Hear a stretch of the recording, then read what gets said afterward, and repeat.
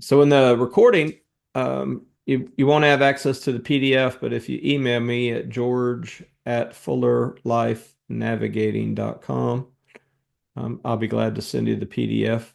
It's in the chat for those who are live on Zoom.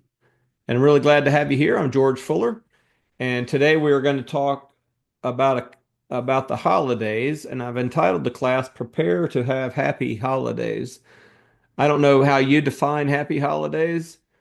Sometimes the holidays can be less than happy. Sometimes after I've gone through them and I reflect, I find some beautiful things in the midst of what seemed hectic. But what I was wanting to do for myself, with my wife Tammy, and for you, my friends, and anyone who might want to come along and look at the class, is to help us to have more of what we want in the holidays. And I would propose that right now our world is working against us having a good holiday season in all the hectic realities of life that are usual. We've added on a lot of turmoil in our culture. And also, at least in North Carolina, we've had some recent tragedies in our state with the storm. And there are people I know who are going through holidays that are very unusual. And yet we are longing more than ever for what the holidays can mean to us. So let's look at it. One of the things that's in the outline that I want to make sure I say up front, that I say to all the clients I work with regularly, is that life is always messy and tenuous. It can seem more messy and more tenuous at times, but it's always messy and tenuous. If you don't think it's messy and tenuous, you're not paying attention to as much as is there for you to see. There's plenty that would tell you that. But also, I would like to affirm that it is less messy and less tenuous when we know we're not alone and we have a plan. If we see things coming in our lives and we have a plan, and we have a plan that includes other people who love us and who we love, life is less messy and less tenuous. And so I would propose that right now the holidays are a great opportunity to make life less messy and less tenuous, perhaps a little more uh, welcoming to and including some joy. So the class, I say, is right here to equip you, to equip me as well. My wife and I have been talking today about these items that I'm going to cover. Equip to equip us to love the holiday season more and avoid the pitfalls that can steal the joy and richness we seek during these holidays. The joy and richness of sharing life and sometimes with people we love. And so I'm gonna give you four tools, and each tool is for you to use. And I want to say up front, tools are not always what you need to use. You can have a hammer in the toolbox and you only take it out when you need a hammer. You can have a screwdriver in your toolbox, you take it out when you need a screwdriver. And so anything I give you in any time, whether you're working with me as a client, talking with me as a friend, or in this class, when I offer tools, I don't mean them as an obligation, something to give you any grief and any guilt or shame about whether you use it or not. It's there. So once you know it, and the reason I print the PDFs and encourage you to take notes is that I want the tool to be there because it may cross your mind. Hey, I need to do more of that thing that George mentioned in the class. So I'm going to give you four tools, and the tools will help you plan your schedule. And you're going to have a better holiday if you plan your schedule rather than just let it unfold with all the hectic that can gather in the holidays. The second, it's going to help you protect your heart. It's going to maximize your joy, and I believe it'll help you find some gifts that don't come in a box. Find some gifts that don't actually cost you cash. So, what we seek during the holidays, I'd like to say that it may be that what we seek is to celebrate and savor the meaning of each holiday. I have friends in multiple spiritual traditions. Their faith tradition isn't always exactly like mine, even if they're within the broad tradition of Christianity. They may have different practices and emphases than I do. But I've also got close Jewish friends. I've got close friends that practice mindfulness more in the Buddhist tradition. I've got people who see themselves as non-religious, but are very conscientious about how they relate. And I tell them that's being spiritual. You just don't call it that. So when you are spiritual, as I understand spiritual and use the word, it means that you're equipping yourself to live as yourself and in the world as it really is. Spiritual people are capable of handling the world that is happening, that is unfolding in front of them. And so I hope that through the holidays, one of the things that you'll look forward to are maybe some surprises and maybe some intentional times when you go to the resource of savoring the meaning of the holidays, of Hanukkah, of Christmas, of the New Year, of Thanksgiving. It's certainly true that in every spiritual tradition and in every wise soul, there is the tradition of gratitude, and we're on the brink of going into a season of gratitude. The second thing is we spend time with people that are important to us. I can remember him growing up in my time. I moved 19 times before I graduated from high school. My dad was military and we moved a lot. But every Christmas, every holiday, well, sometime either Thanksgiving or Christmas, we would make the pilgrimage back to Arkansas, where both of my parents are from. There are people I love dearly that I would only see during the holidays. In fact, I was texting with some of my cousins that I'm still close to this morning, talking about some of the memories of being together in those times. So we're going to spend time celebrating with people that are important to us. And I also think the holidays are a time to take a break from work or from busyness or from frantic living, and have some fun and be refreshed. Please don't let guilt or any sense of obligation keep you from using the holidays to have some good old-fashioned fun and be able to sit and refresh yourself so that you can bring more of your true joyful self to the relationships you have and the work that you have to do. So, what do we seek during the holidays? I think it is those things to celebrate and savor the meaning of the holidays, to spend time with people who are important to us, and to have some fun and be refreshed. Now, the pitfalls that I think these tools are going to help us avoid, one is being distracted and rushed so badly that even when we gather, even when we make time to get somewhere, we can't arrive there. We're so distracted. My wife Tammy will say sometimes, I'll just wait till you get here, George, and I'm sitting in the room already, and she's making her point. I'm sitting in the room, but my mind is still on other things. And so she says, I'm just waiting for you to get here. When you get here, we'll start talking. And I think we can be so distracted and busy, so hectic, that we arrive in the place we would like to be, but we can't be where we would like to be present with the people and experience what is unfolding in front of us. So I think these tools will help you avoid that pitfall. Another pitfall is that we don't actually protect the time we want to spend the most. We don't protect it.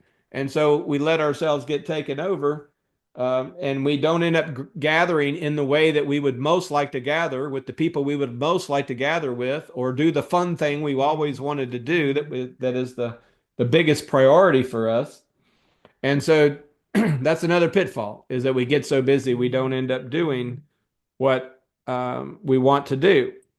And I just realized I didn't turn on Do Not Disturb, but now I did. And then another pitfall is that we let the pressures and the messages of the culture. What happens when we're looking at media and all the forms media has? What happens when we just let conversations unfold with all the other anxious people in our lives? The messages and the pressures come, and they take over the experience of the holiday. So we find out we're all of a sudden totally focused on whether we can afford the gift, even though we tell ourselves the holiday isn't just about how much money we spend on gifts. We get caught up in the pressures of getting to everything so that we don't disappoint everybody, and we end up more frazzled at the end of the holidays than we were at the beginning. We end up feeling distant from the people we neglected gathering with, and so we let the pressures and messages that are coming at us take over. So I'm proposing that these four tools will help us avoid those pitfalls of being so distracted and rushed that we don't arrive where we are, that we don't end up failing to protect the time to do the things most important to us during the holidays, and also that we don't let the pressures of the messages around us that are coming at us keep us from having the holidays that we want. So we need to be able to direct our time, our attention, and our money. And I believe when we direct our time, attention, and money as we choose, we can actually have happy holidays. I come back to the centerpiece of everything that I do, which I call the Life Compass. I wrote a book that's called Life Compass Living, a guide for growing up and growing old together. And I propose in that book that one way to think about how humans flourish, how humans actually like living. They don't lament their lives, they don't spend time overcome with guilt, and they don't feel shame, is that they find themselves living in harmony with person, people, and place are the three things.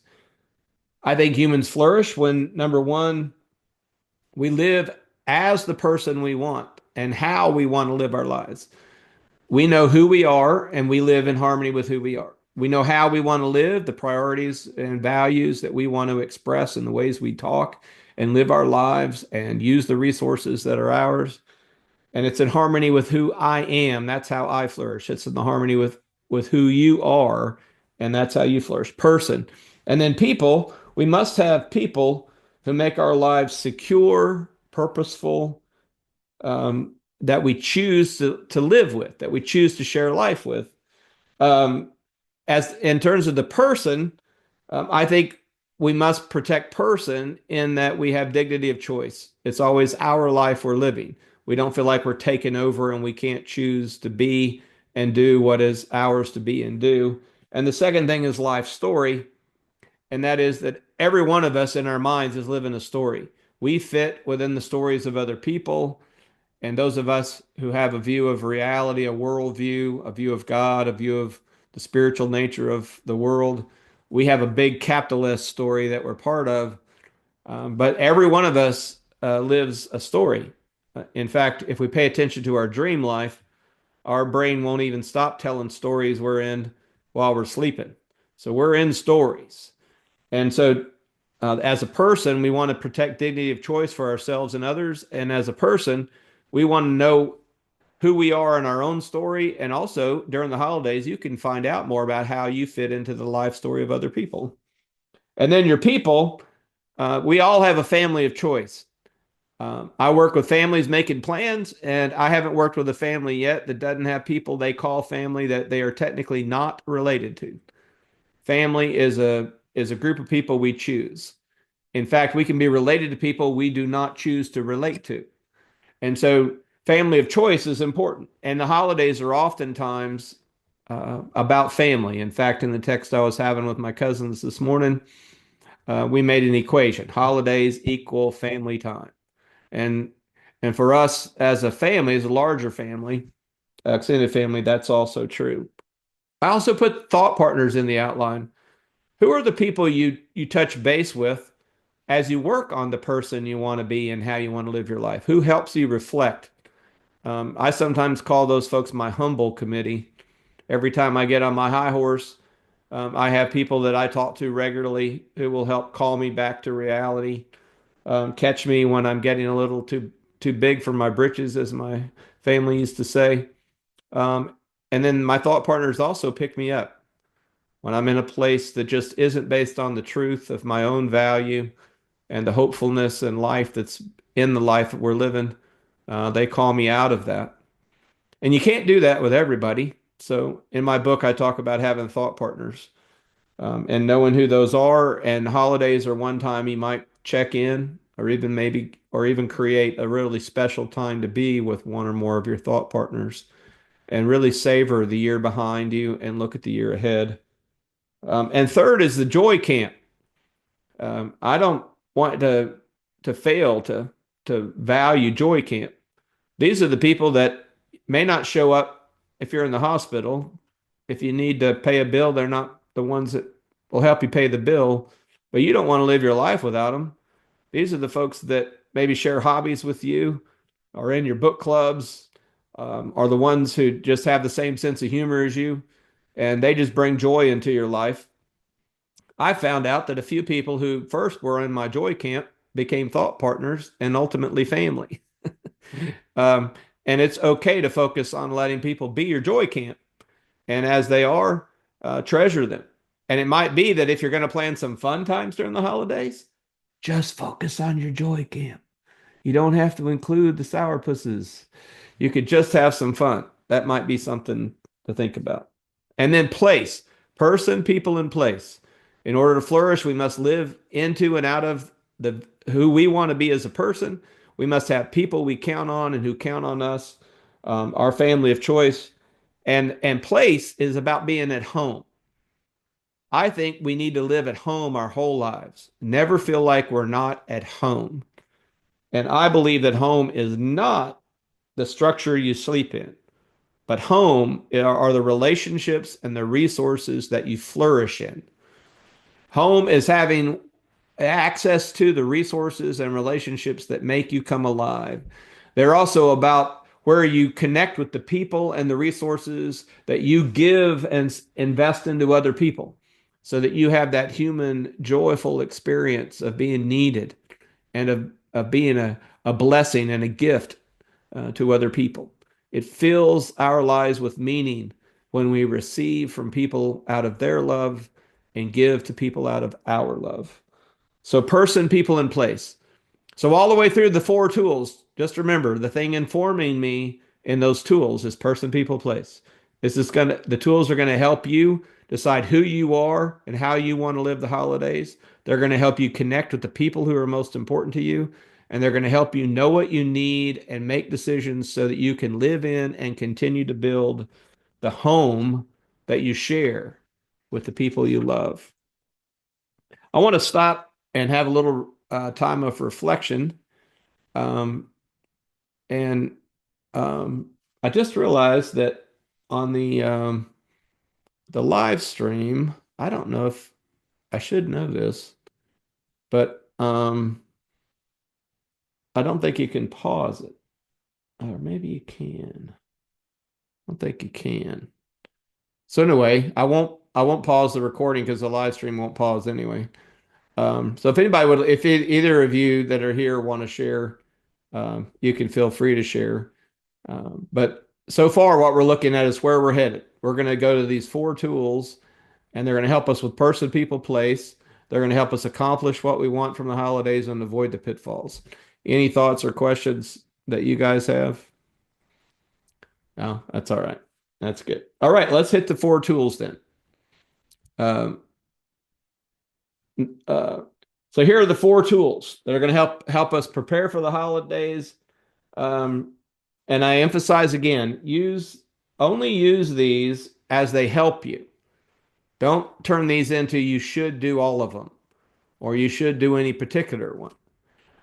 Please just let these be things that respect the limits you have in terms of time, attention, money, um, energy, emotional energy, spiritual reflection, all of that. Just honor your limits and your priorities.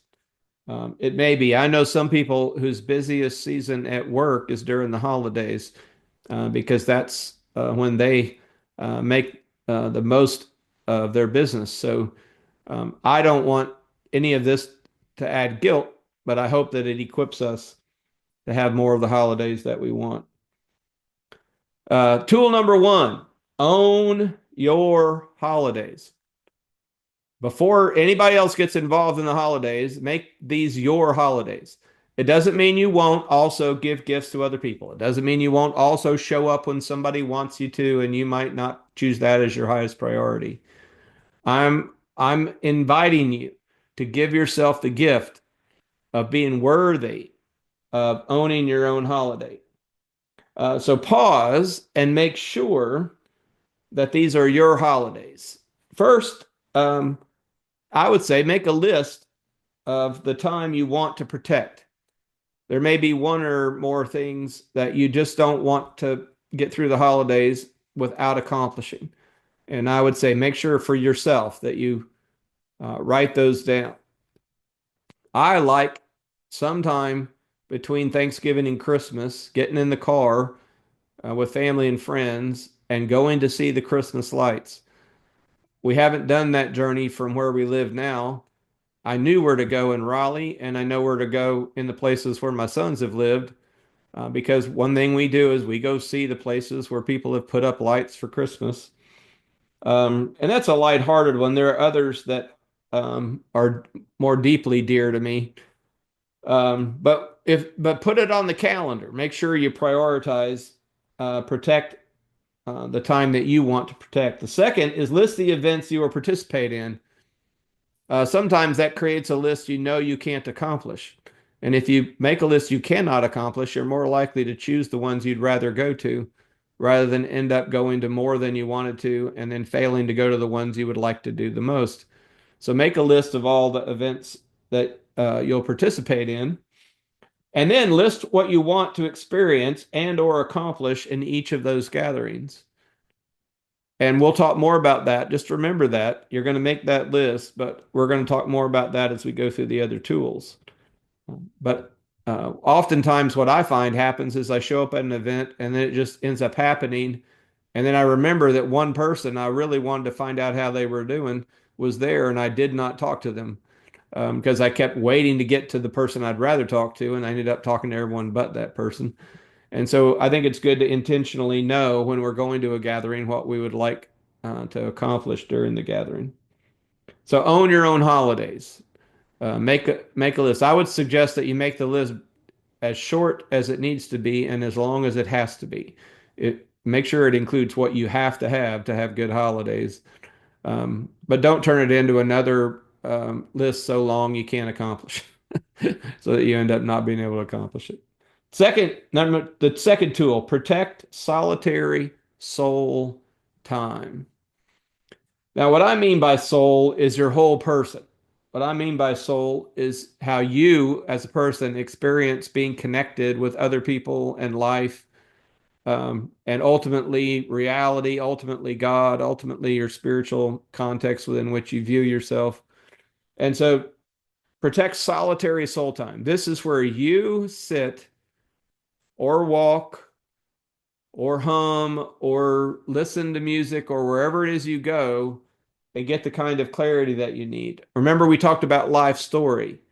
Soul time by yourself is where you can see the story of your life, where it is, where it's going, and choose to be the author of how you participate in the story that's unfolding that you're part of. So protect the time you need and or want. It can be, you don't have to be in a crisis of your soul to seek out your soul, your private solitary time. Maybe that just, hey, this is the holidays. I'm going to have some extra time uh, to walk where I like to walk, sit where I like to sit. I just got back from my annual trip that is called deer camp because we are deer hunting with our bow and arrows and stuff. But in actuality, I go there to sit 8 hours a day in a tree and do the things that I do, thinking and reflecting in a tree, and to be with some of my best friends. And so once in a while it gets interrupted by a deer, but the time to have solitary soul time is very important. And in the holidays, it's what you're worthy of. Or it might be that some people don't see it in the context of spirituality. The time management process I use is called Getting Things Done by David Allen. And one of the things you're encouraged to do at the beginning is really think about everything that you want to do, collect it all, and then you have to prioritize it so that you end up doing the things that are the highest priority. So it might be that the holidays is the time where you take stock of everything you want to do and the priorities you want to live out. And so protect solitary soul time. Don't get to the end of the holiday when there's less demands from work and not have given yourself what you want to give yourself in the holidays. Don't go through the holidays and not have found what you could spend time finding out about yourself and deciding. So, number one tool, make them your holidays. Make a list of the things you really want to accomplish. And then the second tool is protect some solitary soul time. The third tool is to protect shared soul time. Remember, soul is your entire person and how you relate to people and the world, ultimately, how you live within God or the capital R reality we're all sharing. But you also need some shared soul time. Who are the people that you feel connected to? in significant ways and who are connected to you and who feel connected to you in significant ways. So your soul is your whole person, your whole experience of life. And then what you want to do is be with people where you're feeding their soul, who they are and how they experience life, and they're feeding yours. You could say it's those people you love the most, but sometimes people aren't comfortable putting that kind of sentimentality with everyone that they care about. But however you use your own mind and heart to reflect, make sure that you have time with those people. So I put in there that they can be friend focused. You can have times when you gather with friends just to be with people who are your friends. It can be family focused, where you're with your chosen family or with extended family that you don't get to see as often. It can be faith focused. Um, we have the tradition of going to a Christmas Eve service. Even when we're traveling and out of town, we find a Christmas Eve service to go to. I want to feel solidarity with the people who are observing Advent in my Christian tradition. I prefer Advent to the American experience of Christmas and the consumer holiday of Christmas. And so there could be a faith focus to it, and it can be fun focused. Um, I I know I've been watching in my lifetime how Halloween has become a much bigger holiday than I remember it being when I was a kid. When I was a kid, I thought it was for only people under 14 because that was the rule. You get to trick or treat till you're 14. But anyway, now they're huge parties and Halloween's become a much bigger event, it seems to me. But in these holidays of Thanksgiving and Christmas, you can really be focused on fun. There can be gatherings that you're purely there to share the experience of loving something you love to do, playing games you love to play, sharing time and interests that are yours. So it can be friend focused, family focused, faith focused, and fun focused. I just now realize that's four F's. But anyway, I didn't know that. But anyway, and then so that means that these could be sacred gatherings, part of your religious or spiritual tradition, family and friendship traditions. And it may be that you're keeping a friendship tradition, or it may be that you want to create one. Why not let this be the year you start a tradition that you want to keep going? And so you're going to go to the events and the gatherings that are crucial to you. And I just want to encourage again. I know I've said it a couple of times, but I want to encourage you to dedicate some fun time. Dedicate some just plain old let's get together and have fun and be refreshed, without any agenda of ought tos that often come with family and religion and sacred things, and just have some fun. And sometimes they all go together, and those are precious indeed. So, three tools so far. One is make the holidays your own. The second tool, prioritize your solitary soul time. And three, prioritize your shared soul time, the time that's refreshing in times of being together with other people, for meaningful times and some fun times. And the fourth tool is protect chosen family time. I want to talk for a minute about your chosen family. In my book, Your Family of Choice is is the second circle of important relationships in a flourishing life. The first is your household. Some people are solo curators of their relationships and they live by themselves.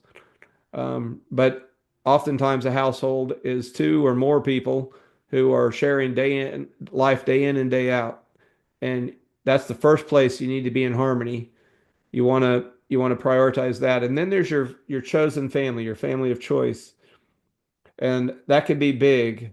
It's been interesting over the last 20 years when people were asked if you were in a health crisis, how many people would show up and stay with you until you didn't need help anymore. And it used to be that the most common answer was three people would show up, and the average answer was five. And now the average answer is three rather than five, and the most common answer is zero. There are people who don't know who would show up if they were in a crisis and would stay with them until they didn't need help, would make sure they have what they help. In other words, in our Christian tradition, we have the story of the Good Samaritan, where a guy's in a ditch and two people pass by, and then the Good Samaritan stops and helps. There are people who don't know who would stop and help. And so I suggest that one of the things the holidays can be is that you can look around and decide who you are chosen family with and who would choose you as family. And I would encourage that number to be small, even if your extended family, people you're related to, close friends that feel like family is bigger. I would encourage you during the holidays to protect some time with those people that you know would show up for you and you know you would show up for if they were in a crisis. Because when we lose touch with those people, there can be a price to pay when a crisis hits, and there can be many resources and joys that we miss long time over in over a long time. And so a family of choice may not be made up of relatives. They may be include a mix of people from a variety of importance to us in our lives. But in each gathering, if the gathering includes some family of choice, you see, you can be with a large group of people and you may be related to a lot of them, but they're not in what I would call your family of choice. And you can decide, I'm going to get together with some group or subgroup of the people that I really count on day in and day out. And so when you gather with your chosen family, or you're in a gathering that includes some of your chosen family, um, I have a few things to think about. One is conversational topics. Go in. It's okay to go in with your own boundaries on what you will avoid talking about. Some people say we don't talk about religion and politics. I would like to propose that everything we talk about is religion and politics. We just don't like to get clear on what our religion and politics are. And I think that's fine because it can point out our differences. But you're already talking about your faith and what you're living out. You're already talking about how you think people ought to act in society and around you. Those are part of the conversations. But I understand avoiding those topics, especially in the divisive days that we're in now. And it's okay to avoid that. I thought I might give you a handle on what to do when people bring up topics that you don't want to talk about and might point out a difference that you have because it's easy to talk if everybody agrees. What I say now, I've learned to say is, well, I see that differently, but that's not a topic for now. And that, I say that quite often now. I see it differently, but it's not a topic for now. When people want to talk, again, you don't have to use this tool if you don't want to use it. I say, well, that's the kind of thing that I've come to believe and a position I've come to that takes a lot of time for me to help you understand. Because if I just say where I am, you think I'm dividing between me and other people, and that's not what I'm doing. I'm trying to talk about how I am going to be with everyone, not against anyone. But anyway, if you want to talk about that topic and you can protect at least 6 hours, I'll be glad to talk with you about it. And I don't offer that to anybody I'm not willing to give 6 hours.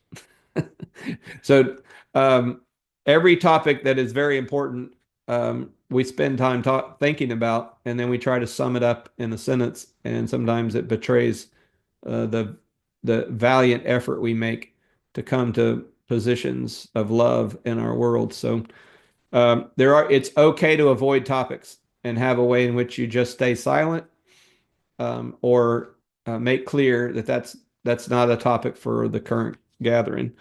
Other things are conversations you want to include. Um, I know when I'm with my cousins and with my best friends, there are some, best greatest hits stories that we want to tell again. There are some times that were terribly embarrassing to us, and they're just not other people we tell those stories to. But we enjoy remembering them, even though we didn't enjoy having them when they first happened. And so there can be conversations you want to include and conversations you want to observe.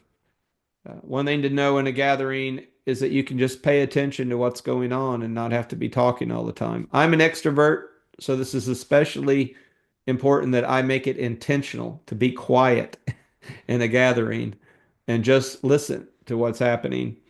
around me. Conversational topics, one thing to do in protecting your chosen family time. Another is memories. One is you can decide to make some memories.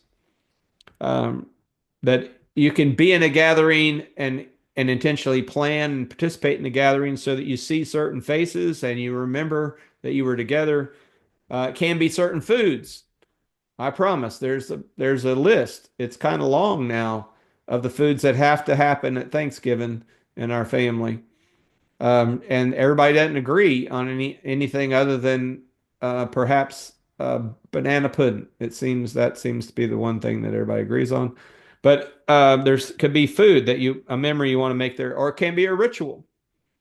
Um, I brought this little book, um, and it's called The Last Straw. It was out of print a few years back, and now it's back in print. I looked today. Um, and it's a story out of the Christian tradition, but I think the meaning of it would go far beyond that. But it's a story of a brother and sister learning to love and appreciate each other in a household. And I'm just showing you that book because it was a tradition of ours to tell the story and do the last straw process at our home when the boys were little. Can you Uh, say the author's name?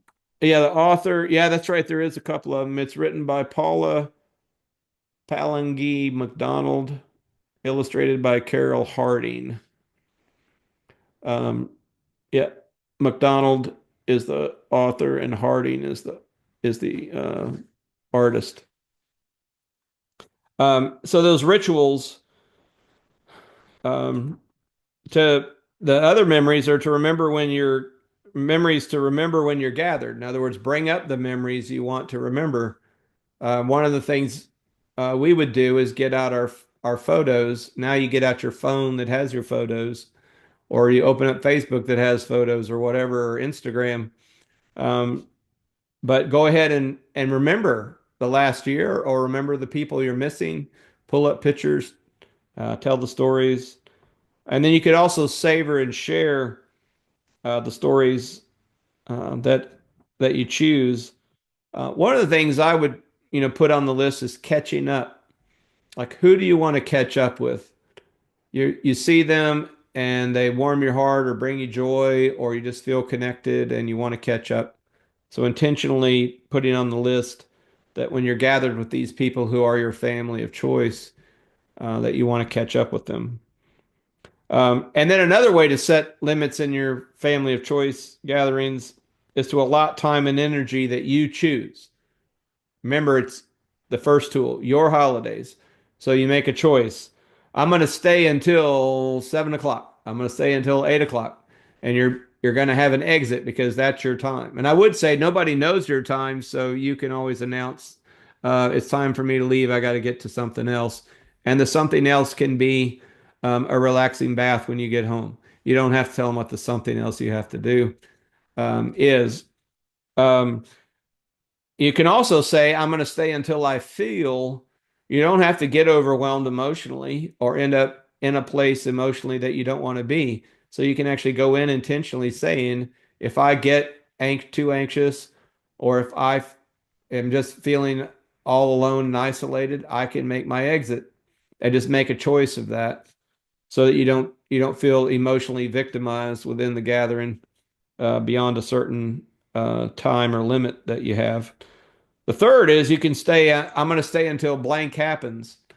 I grew up military. My dad was high in rank in the Air Force, and so he went to squadron parties and flight parties and different parties during the holiday season. My mom would go with him, and it would be one time when she would drive separate. And I remember coming to understand her reason, and she told me, she said, the reason we drive separate is when the boys get a little too frisky after they've drink a little time, I come home.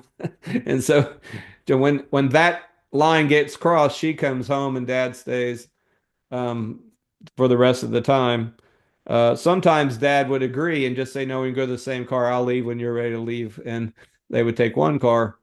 But it can be until blank happens, and it can be until I've caught up with so and so. And once I've caught up with so and so, I don't really need to stay there any longer. Or it can be once I've had the meal and done the most important centerpieces of that gathering, I'm going to go ahead and leave. Um, so it can be I can stay until I accomplish connecting with a person or learning what I want to know about. One of the things I want to stop here and say in terms of family of choice is that in my book, I talk about life stages and I talk about life transitions. If you have people you love who are in a life stage, one of the things to be curious about is what's going on in that stage of life for them. And you may find that they're in a stage of life beyond the one you last knew them in. So they may have changed because now they're an adult, or now they have children, or now their career is flourishing, or now they're unemployed. And so a life stage and a life transition can be happening. You can also have people who are aging or facing health challenges, and you want to know how that life transition is happening. I have some close friends right now whose father is critically ill in the hospital as approaching this Thanksgiving holiday. So I just want to encourage you to catch up with and be current with the people you love, people you care about, that you're committed to, and pay attention to the life stage they're in. What's motivating them? What's giving them joy? What are the challenges right now in their stage of life? And also, if they are in or anticipating a life transition, and it's fine. I say that if you are going to be impacted by someone's life transition, you have the right to be informed on any plans they have for it. I'll say it again. If you're going to be impacted by someone's life transition, you're going to be part of showing up for that transition, participating in it, funding it, providing support and help, then you have the right to be informed about any plans they have or how they're going to go through that life transition. And some people are, you can anticipate them. On the early end, which most people love to do, is you can be part of planning a baby shower or planning a wedding shower, and everybody gets all excited about that life transition. It's a big one, but it's treated more positively, and people tend to show up for them more. But when people are at the end of life or facing health problems or job loss and those kind of transitions, we don't as often plan for them and we don't as often coordinate ourselves as support systems to help people through those transitions. And I would just like to encourage you as you decide to and as you're able to listen in those gatherings for where people are. And if you're going to be part of a life transition that someone is in or is anticipating, it's okay to say, what do you have ahead of you? What are you planning? And obviously, some of that may need to happen in a very private moment and not in a group conversation with people who may be uninvolved or unwelcome in the emotional content of that conversation. So we got our four tools, right? The four tools are number one, own your holidays, make them yours. Number two, protect your solitary soul time. Number three, protect your shared soul time with those relationships that matter to you and how you share those time with those folks. And also protect your chosen family time. People who are in your family of choice, your chosen family, use the holidays to get current with them, to let them know you care and let them express their care for you and be current. It's a good time to do that. And so the last thing is the gifts that don't come in a box. And I think as we go through the holidays and as we reflect on the holidays, I think there are gifts held in conversations as they're happening. And when you reflect on that conversation and you go, that was a huge gift for me to share that with them and for them to listen genuinely with care and compassion. Or it was a huge gift for them to share that with me. Or it was a huge gift to share that joke that they told or that funny moment we shared. So that it can be a gift of laughter, It can be a gift of realizations. It's a gift to know someone is with you. It's a gift to know someone is not. It's a gift for you to tell them you will be with them. And it's a gift for them to find out you can't in ways they might have wanted you to. There's a gift for the realizations that there's meaning in life held in the sacred traditions that we often return to in the holidays. It's good to have the realization that we're part of a meaningful love story, that the universe is unfolding. It's good to know that we have meaning and purpose. Those kind of realizations are beautiful. It's also good to have your favorite food and to eat two plates of it instead of just one. It's also a gift to have a drink that you really like. We have a tradition of making wassail. We only make wassail during Christmas, and we make wassail, and it's a hot, very mixed bunch of spiced teas, and it's awesome. I don't know why we don't drink it the rest of the year, but it's very special. And I savor the wassail when I'm drinking it. Probably only have about 4 full cups of wassail. It's so sweet during the holiday. But obviously, there's that drink and many other drinks. And then there's also the gift of hugs, of moments where you share love and tenderness with people and you realize that you're richer because of it and you've made them richer because of sharing it with them. So those are the 4 tools. I hope you find them helpful. Remember to own your holidays, to protect your solitary soul time, to protect your shared soul time, and to intentionally be with the people who are your chosen family, your family of choice, so that when you get through these holidays, you will have had happy holidays. Um, that is my hope for you. Um, and I wish you well. Again, if you are watching this recording later and you don't have the PDF, if you'll email me at george@fullerlifenavigating.com, I'll send you the PDF that goes with this class.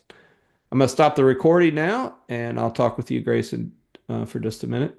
But thank you all for being with me. And I hope that you'll let me, if you come to connect with me by email, I'd love to help you find more of the person you want to be and how you want to live.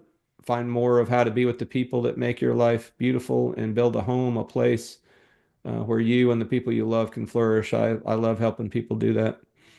So I hope you'll let me do that with you. Thanks so much.